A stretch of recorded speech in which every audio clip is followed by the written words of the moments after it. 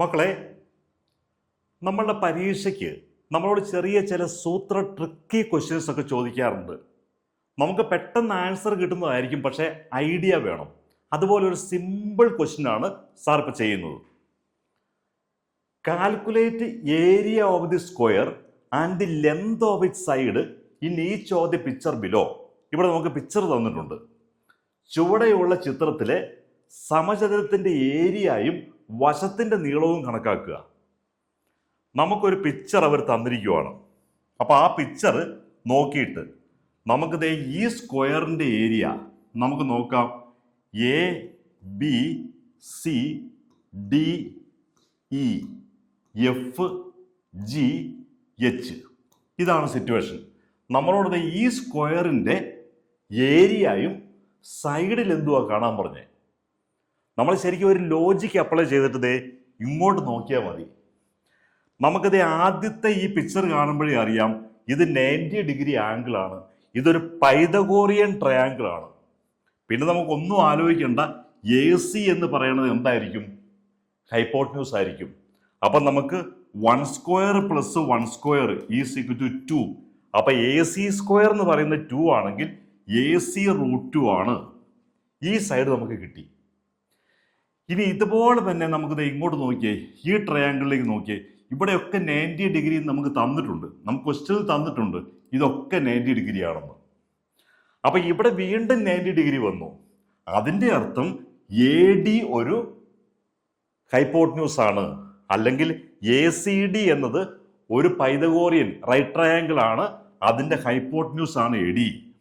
അപ്പൊ നമുക്ക് വീണ്ടും പറയാം A D square is equal to √2 square plus 1 square. ഈ സൈഡ് √2 ആണ്, ഈ സൈഡ് 1 ആണ്. അപ്പൊ നമുക്ക് A C square is equal to A D square is equal to A C square plus C D square.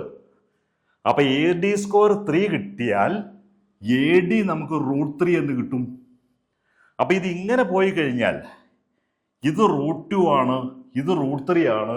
അപ്പൊ നമുക്ക് ഓട്ടോമാറ്റിക് ആയിട്ട് തന്നെ നമുക്ക് അറിയാം ഇത് √5 ആയിരിക്കുമെന്ന്. അല്ലെങ്കിൽ നോക്കിയോ, ഇവിടെ നമുക്ക് A E square is equal to A D square plus D E square, അല്ലെങ്കിൽ 3 + 1.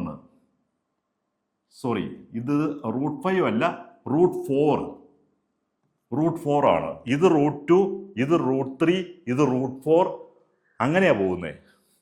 നമ്മൾ ചെയ്യുവാണെങ്കിൽ √3 സ്ക്വയർ പ്ലസ് 1 സ്ക്വയർ 3 + 1 4 വരും. അപ്പൊ എ ഇ √4 വരും. അപ്പൊ ഈ കേസ് നമുക്ക് ചെയ്യാതെ തന്നെ അറിയാൻ പറ്റും അത് √5 ആയിരിക്കും. √2, √3, √4, ഇത് √5. ഇനി അതല്ലെങ്കിൽ നമ്മൾ ചെയ്ത് നോക്കുക.